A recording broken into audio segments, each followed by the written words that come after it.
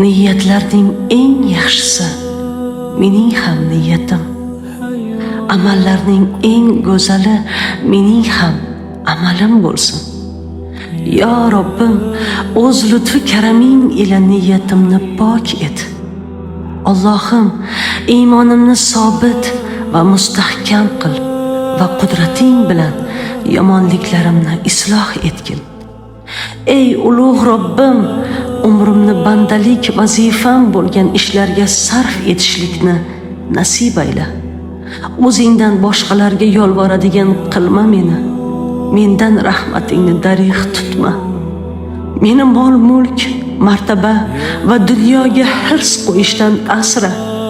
Shon-sharaf, kibr va g'urur orqasidan yuguradiganlardan qilma meni.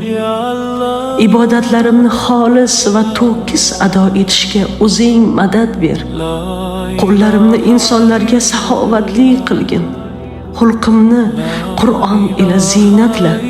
Nafsimni yaxshi ko'rish va maqtanishdan saqla.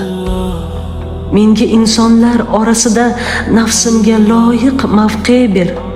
To'g'ri yo'ldan ozdiradigan obro' va izzatni berma. Ey adli ilohiy Robbim, adolatingning keng dasturxonida meni ham solihlik libosi ila yasantir. Yo Robbim, meni zarurat onida do'stlaringga yordamga yuguradigan va ularga yordam beradiganlardan qilgin. Chetdan tomosha qiladiganlardan qilmagin meni Allohim. Chorasiz vaqtimda sendan boshqasidan yordam so'raydigan, yo'qchilik holatimda sendan boshqasiga tilanadigan, qo'rqqan paytimda sendan boshqasidan qo'rqadiganlardan qilma.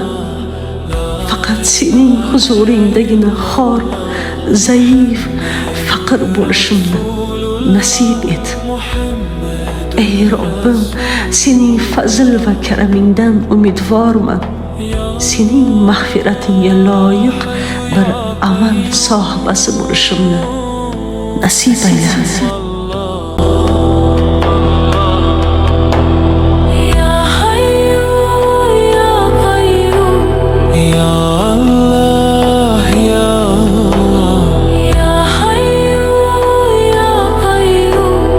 Ya Zal Jalali wal Ikram, Ya Allah, Ya